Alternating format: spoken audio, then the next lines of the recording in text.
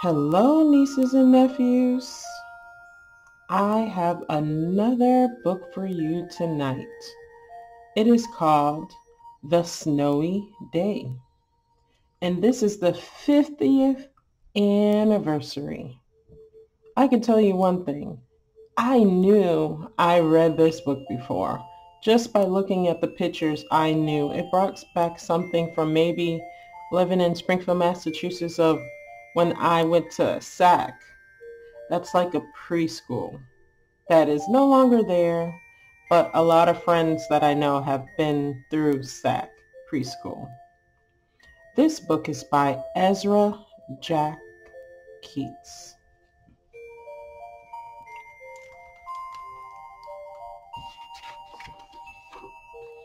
The Snowy Day.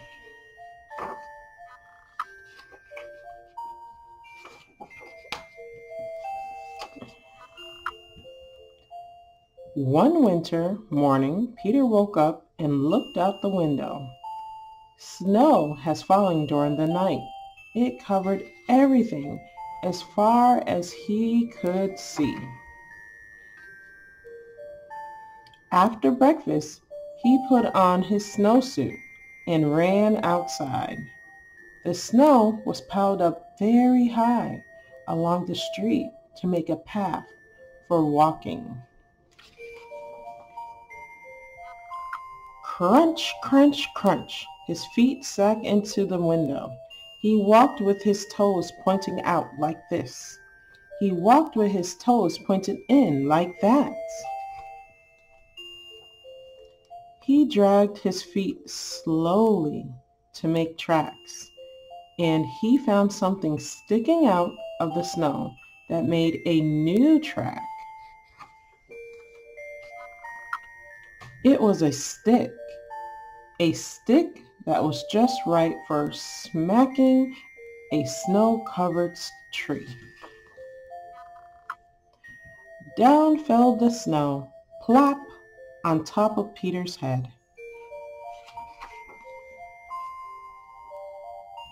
He thought it would be fun to join the big boys in their snowball fight, but he knew he wasn't old enough. Not yet. So he made a smiling snowman, and he made angels. He pretended he was a mountain climber. He climbed up a great big tall heaping mountaintop of snow and slid all the way down.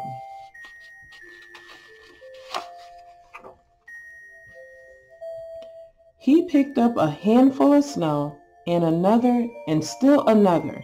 He packed it round and firm and put the snowball in his pocket for tomorrow. Then he went into his warm house. He told his mother all about his adventures while he took off his wet socks. And he thought and thought and thought about them.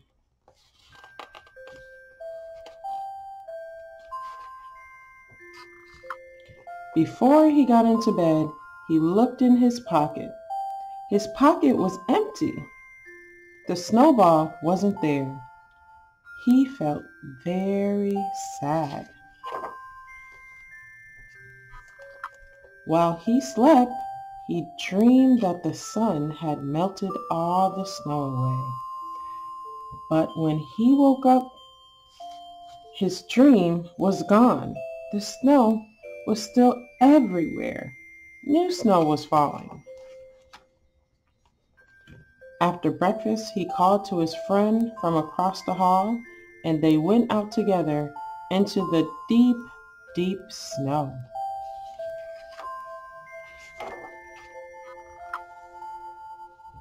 Of all the characters that sprang from the mind of Ezra Jack Keats, Peter, who first appeared in The Snowy Day, remains the most widely beloved.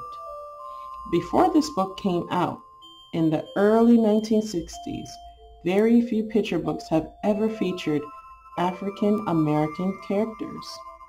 Years earlier, when Keats was beginning his career as an illustrator, he saw a set of photos of a little black boy in Life magazine and stuck them up on the wall of his studio. He hoped he'd be able to illustrate a picture book about an African American child and could use the photos for inspiration. But no opportunities to create such a character came his way. The photos remained on his wall for 22 years before Keats finally decided he would write the book himself. And Peter and the Snowy Day were born. Wow, there's a picture of who he calls Peter. Keats spent a long time working on the manuscript of The Snowy Day with his editor, Annis Stuck. He had illustrated many books by then, but this was the first he had written entirely by himself. When it was finally finished, Keats had to decide how to illustrate the story.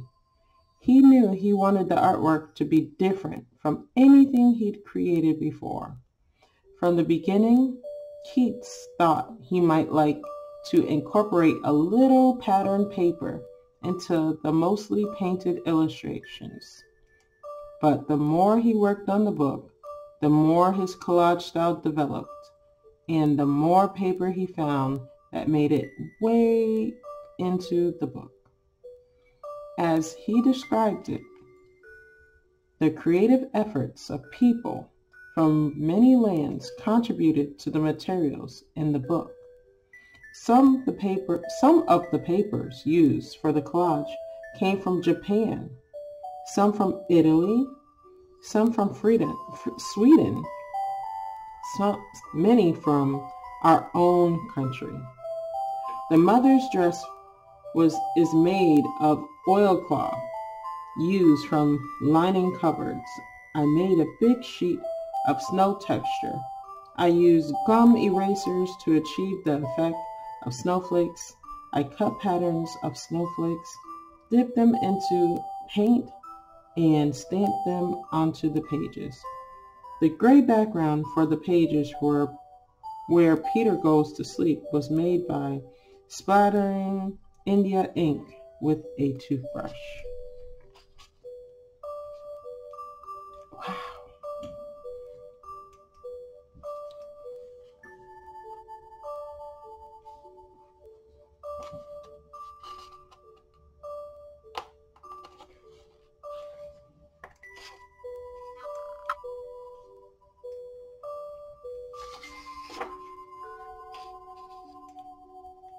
Wow, The Snowy Day has been written in many different languages.